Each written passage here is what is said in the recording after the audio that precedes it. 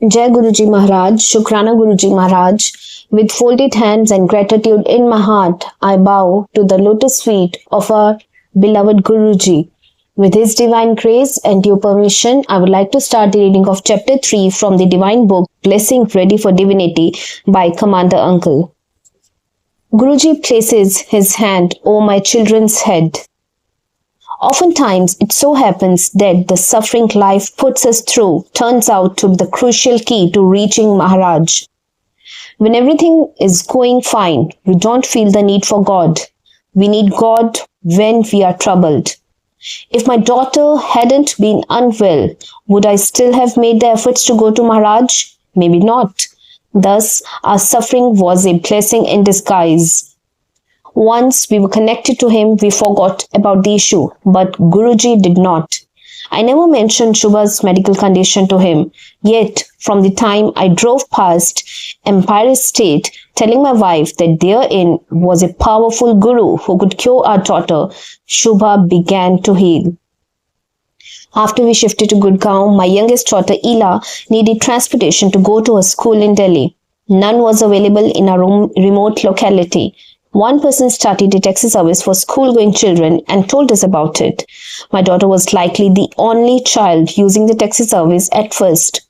Remarkably, the day her schooling was complete, the taxiwala said he was not going to continue with this service.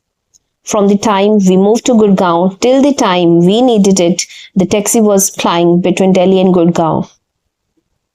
Another issue we confronted was Shubha's admission to a school in Gurgaon.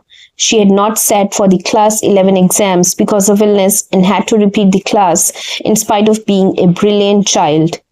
Again, Maharaj came to her rescue. The principal of the Gurgaon school we went to took the initiative to save the year for Shubha. She proposed that Shubha prepare during the 2 months of the summer break for the class 11 exam to be specially organized for her. There was just one condition. She should clear the exam with over 80% marks to move to class 12. My daughter was admitted to class 11 even as she prepared at home for the exams. We also engaged the services of a tutor, and with Maharaj's grace, Shubha achieved the required percentage. The principal kept her promise and enrolled her in class 12th. The principal later told us she had no idea why she did this, but that she was convinced this was the right thing to do. That is how Guruji works. As we would go to Empire State every Saturday, we always requested Shubha's tutor to conclude her lessons early for that day. We also told her why. Years later, after Guruji had left his physical form, Shubha's tutor also went to Bade Mandir. She now regrets that she never evinced any interest in Guruji while tutoring Shubha. But we know better. Nobody goes to Guruji by choice. Guruji never puts that thought in our minds till he wants us in his presence. If he had wanted her to come, she would have reacted immediately. But she didn't because he didn't want her to. Getting the call or bulawa from Guruji early or late in life is not a value judgment on the fitness of the aspirant. Guruji does not differentiate between devotees. A mother loves her children just the same. She may treat them differently for a variety of reasons, but she will love them equally. Guruji healed Shubha with his invisible blessings. Her skin healed, leaving behind marks that began to fade, but her asthma persisted. I never mentioned this to Guruji, even though Shubha wanted me to. I reasoned that since Guruji knew all about my affairs, there was no need to tell him. Shubha did not take no for an answer and persuaded my wife to speak to Singla uncle, who agreed to take my wife and Shubha before Guruji. My attitude was that this was not my business.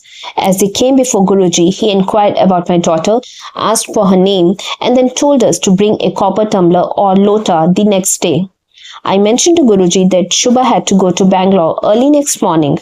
Guruji said she would go a day later, only after taking his blessings. We just bowed our heads, touched his feet, and took leave. Shubha had to reach Bangalore the day after before noon to pay fees at her institute. It was 11 at night when we left straight for the airport. Improbably, there was a girl sitting at our airline counter. which should have closed much earlier.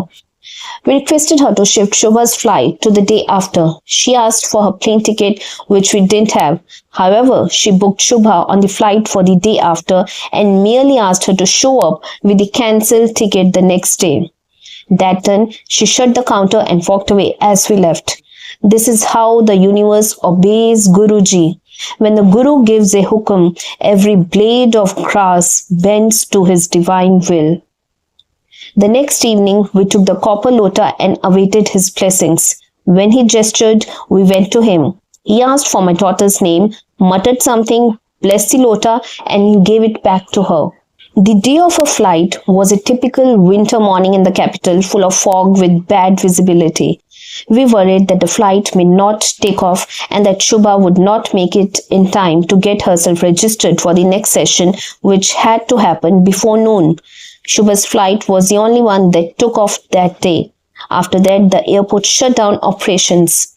Following Guruji's orders meant that despite all odds, Shubha reached on time and paid her fees. And she was carrying with her the divine blessings of Maharaj in the form of the lota. And that lota did what it was supposed to do. She got better with time. Today, Shubha looks like she never had those issues. A question arises about the means used to effect healing. If there is nothing Guruji can do, and if he is omniscient, why does he need a lota? Why does he choose to manifest his blessings in different ways? The means are not for him, they are for us. I knew I didn't need a lota to be blessed by Guruji, but my daughter felt she needed to let him know. So that is what he did. Guruji does not like intermediaries, bicholias, between him and his devotees, be it people, processes or props. However, every devotee is not at the same level of understanding or connection with Guruji. Hence, he has different ways to instill confidence in his devotees to be able to receive his blessings. Guruji takes the disciple along the path he decides is best for the devotee. Everyone is connected to Guruji, but everyone has a different connection. The spiritual connection with Maharaj is akin to a customized syllabus for each one of his devotees. In the initial stages, a child is taught that A stands for an apple. He connects the two. Similarly, for some of us, a lota given by Guruji is a physical manifestation of his blessings. Our mind interconnects the two. Likewise, Guruji's Swarup and his blessings are interconnected. The langar and blessings are interconnected. The mandir and blessings are interconnected.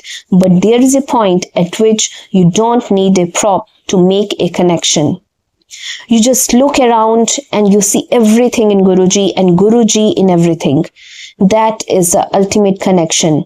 Siya Ram mein sab jag jani. The universe is nothing but the manifestation of Brahm. While devotees wait for this level of understanding, it is natural for them to have questions in mind. The mind needs answers so that it can grasp at faith. It needs something solid to hold on to by way of answers. Devotees do get answers to their questions. However, at the acme of a spiritual connection, all questions disappear and devotees don't seek answers anymore. In fact, they do not seek anything. There isn't anything they need to know. There is actually nothing to know. There are no questions, only realization of the true nature of Brahm, Guruji.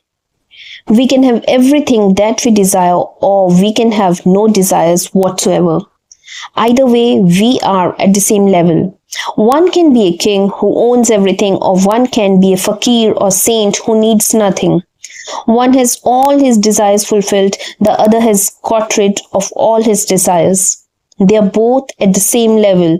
A devotee who progresses through his connection with Maharaj slowly gets rid of that long laundry list of what he needs from Maharaj before he can be happy. There is no end to desires. That is why one who begs is never happy. When we search for happiness, we look around for things that will make us happy. If I have a Lamborghini, I will probably be happy. A sailing boat will make me happier. A 5-bedroom penthouse will further increase my happiness, and so on. With time, we realize that things don't give us happiness. Happiness is a state of mind. It's in our heart. Guruji gives us all that we need as well as that state of mind. When we know that we are loved by Guruji and that we too love him endlessly, nothing else matters. If we know what a cosmic embrace between a guru and his devotee feels like, then we know the true meaning of happiness.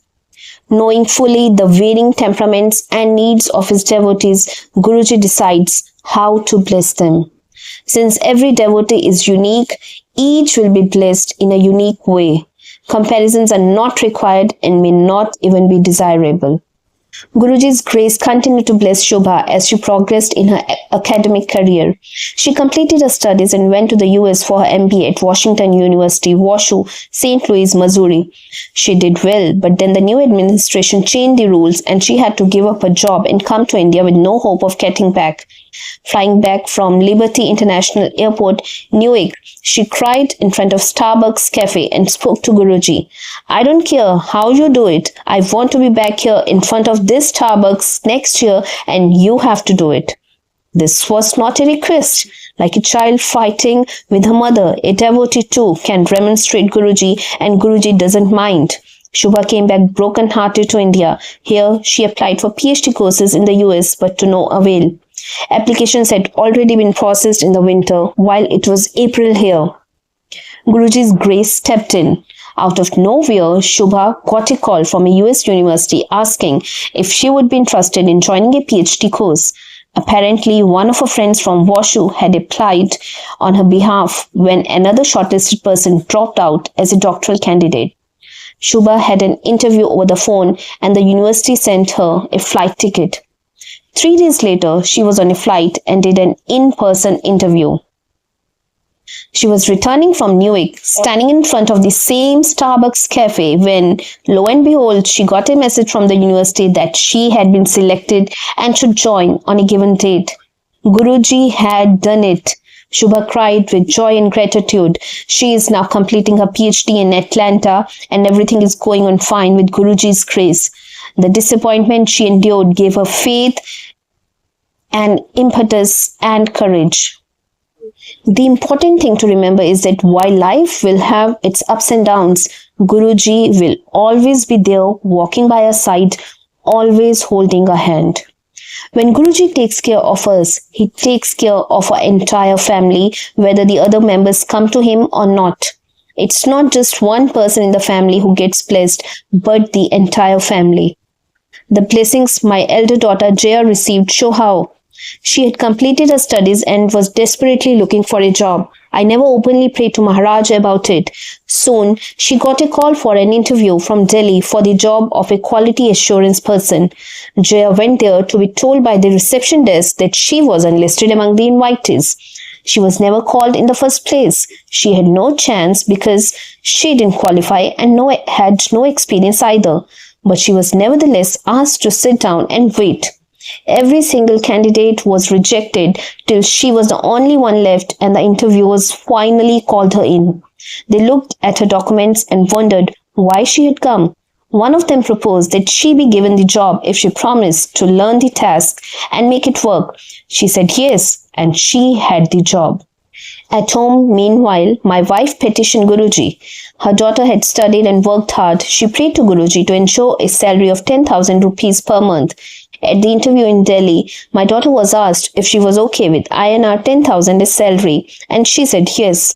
When Jaya returned home, my wife told her what she had prayed for. Jaya was a bit upset. She wondered why her mother hadn't asked Guruji for a salary of INR 30,000. It's never enough, isn't it? Guruji heard that too. When she switched jobs, my daughter went through a simple interview and was offered a salary of INR 30,000. My daughter's satsang is titled Guruji's Grace in the School of Life in Light of Divinity. As each devotee knows, we can speak freely to Guruji. He is not a remote God, but our very own near and dear one, our very loving and protective Father. He loves us so much that he hears us all the time. The fact that he is God is a different aspect altogether. We were never connected to God. We connected to a very loving, caring parent who meant everything to us and who brought us to the right path. Guruji's grace has been with Jaya throughout.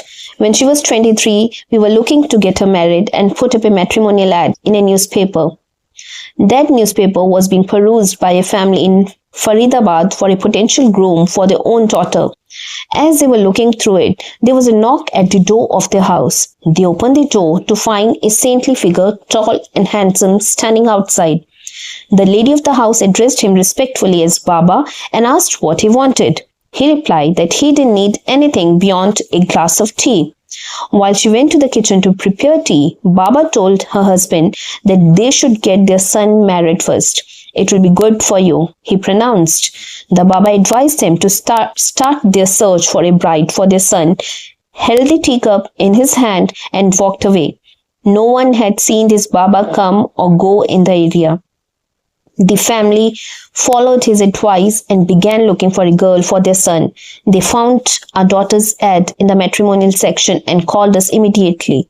Things went well and the marriage was solemnized within a couple of months.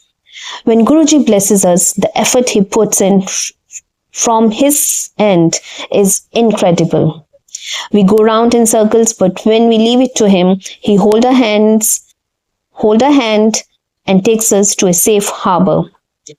When my eldest daughter's marriage was being held, Guruji had given out invitations to the Sangat. Guruji told his sevak, who was responsible for seating devotees during satsangs, to go on to the venue and take care of the sitting arrangements exactly as he would have done at the satsang.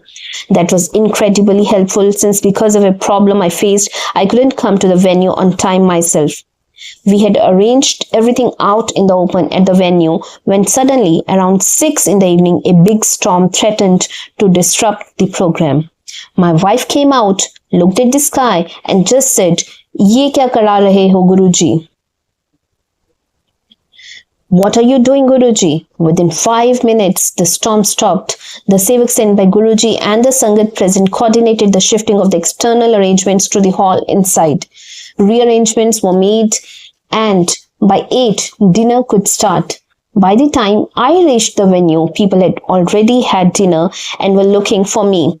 The function went well, not because I had anything to do with it, but because Guruji knew that I would not be able to take care of it myself and had intervened beforehand, positioning his sevak so that it could be coordinated properly. That is how loving our Guruji is, and that is how kind his Sangat is.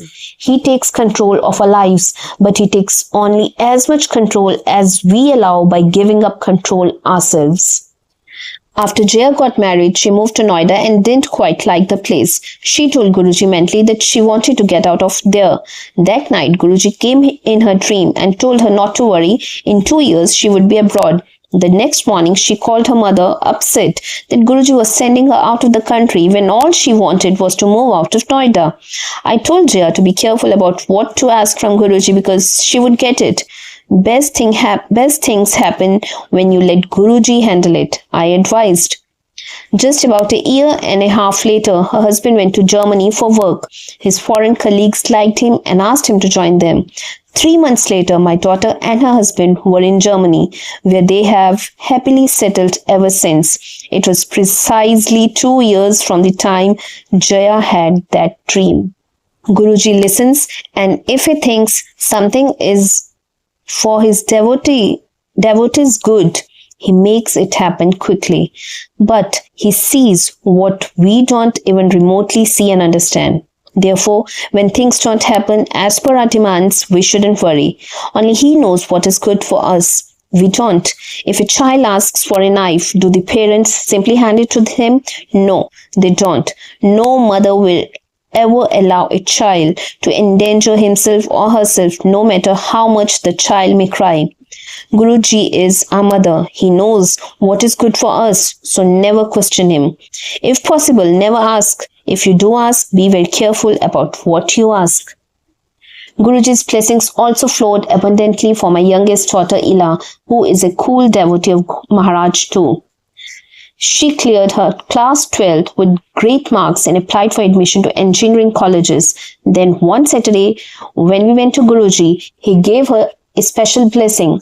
As we got Agya to leave, Guruji asked her to go to the back end of the darbar and meditate. We had already taken Agya, so we waited outside. Ila sat there soaking in the bliss, the fragrance, the ambience. Much later, Maharaj asked for us to be called inside the darbar to join Ila. It was around 1:30 in the morning with just a handful of Sangat seated around Maharaj. Guruji got one of the sevaks to prepare Kara Prasad and gave it to the Sangat. We were then allowed to leave. The next day, my daughter gained admission to MIT University, Noida. The next Saturday, we visited Empire Estate and mentioned to Guruji about these blessings just as we would tell our parents. My wife walked up to Guruji and thanked him for Ila's admission. फौजियों का काम तो मैं ऐसे ही कर देता हूँ, Guruji replied. That is, he always blesses military men easily without much persuasion. He made a similar remark when Jaya was blessed with a son. We came to Guruji and my wife told him about the happy circumstance. Guruji said the son had been born because of his blessings. In a sense, everything that happens in our lives happens because of Guruji's blessings. Ila never wanted to go abroad, but Guruji had other plans for her. Her employer offered to send her to the US, but there was little chance she could obtain an H-1B1 visa. We still encouraged her to try. The next thing we knew, she was on her way to the US. She even got promoted recently while COVID-19 was rampant and people feared for their jobs. Who can do this? How can it happen? It happens because of Guruji Maharaj. One of the biggest blessings Maharaj has given us is taking away our worries regarding our children. They are now his children. We all are his children. We all now belong to him. We are basically his problem to resolve and make better. He has complete control of our lives. I sometimes wonder if my generation of devotees had too many questions that had to be answered before we could submit ourselves to Guruji's will. Our children seem to have had a straighter and simpler path to him, devoid of any process or rituals. With this, I would like to conclude today's session and would like to invite you to the reading of next chapter from the divine book Blessingreadyfordivinity by Commander Uncle. I would like to seek forgiveness from our beloved Guruji for mistakes in the narration of this beautiful chapter, Satsang. I would also like to seek forgiveness from each and every one of you for the same. Thank you, Guruji, for everything. Thank you, each and every one of you.